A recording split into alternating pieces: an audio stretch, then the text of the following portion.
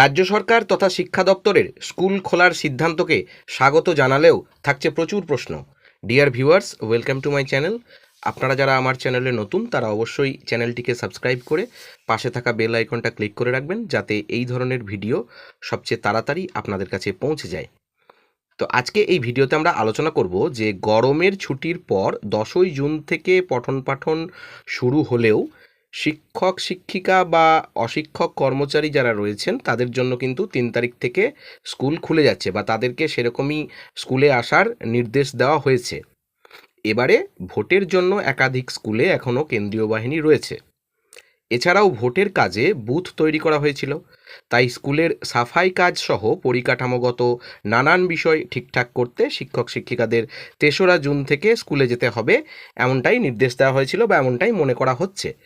এবারে বিভিন্ন শিক্ষক সংগঠনের মধ্যে এই নিয়ে কিন্তু মতপার্থক্য তৈরি হচ্ছে এবং এই মতপার্থক্য থাকলেও স্কুল খোলার সিদ্ধান্তকে কিন্তু তারা সকলেই স্বাগত জানাচ্ছেন।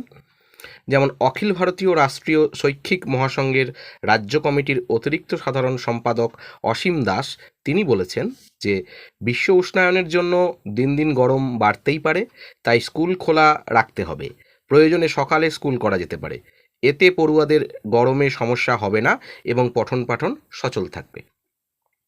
ডিপিএসসি চেয়ারম্যান পরিতোষ বর্মনের কথায় যে স্কুলের পরিকাঠামোগত বিষয়গুলি দেখভাল করার জন্য শিক্ষকদের 3রা জুন থেকে স্কুলে যাওয়ার নির্দেশ রয়েছে।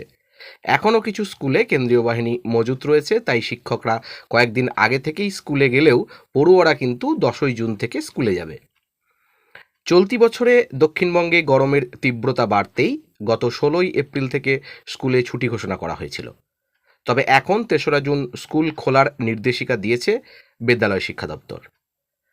দক্ষিণবঙ্গে গরমের যে তীব্রতা সেটা বেশি হতেই বা বৃদ্ধি পেতেই হঠাৎ করে এই যে ছুটির ঘোষণা সেটা কিন্তু করা হয়েছিল।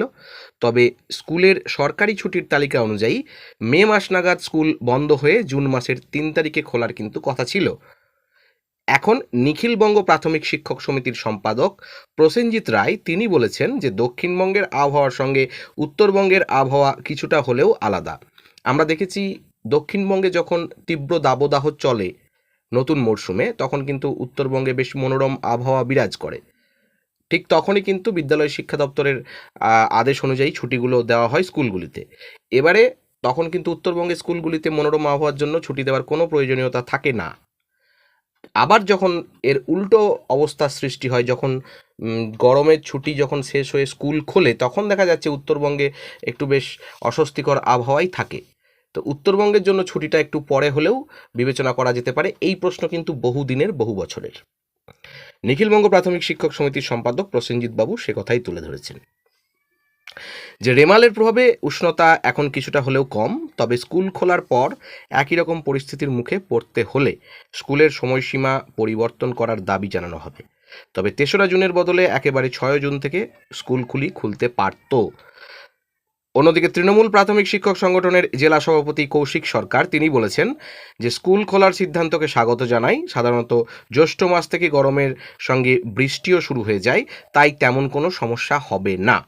যদি সমস্যা হয় তাহলে সরকার অবশ্যই বিকল্প চিন্তা ভাবনা করবে।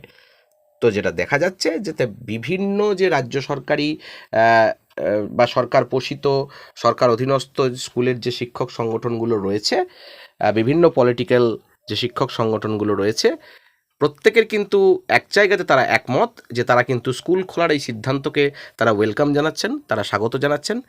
কিন্তু এই যে প্রশ্ন, এই প্রশ্নগুলো কিন্তু থেকেই যাচ্ছে। আমরা ছুটি নিয়েও বিভিন্ন মহলে বিভিন্ন প্রশ্ন দেখে থাকি, বিভিন্ন শিক্ষকদের মধ্যে নিজেদের মধ্যেই বিতর্ক করতে আমরা লক্ষ্য করেছি ছুটির প্রয়োজনীয়তা বা অপ্রয়োজনীয়তা নিয়ে। তো ভবিষ্যতে কি হতে চলেছে সেদিকে অবশ্যই আমাদের নজরে থাকবে। ভালো থাকুন, সুস্থ থাকুন, ধন্যবাদ।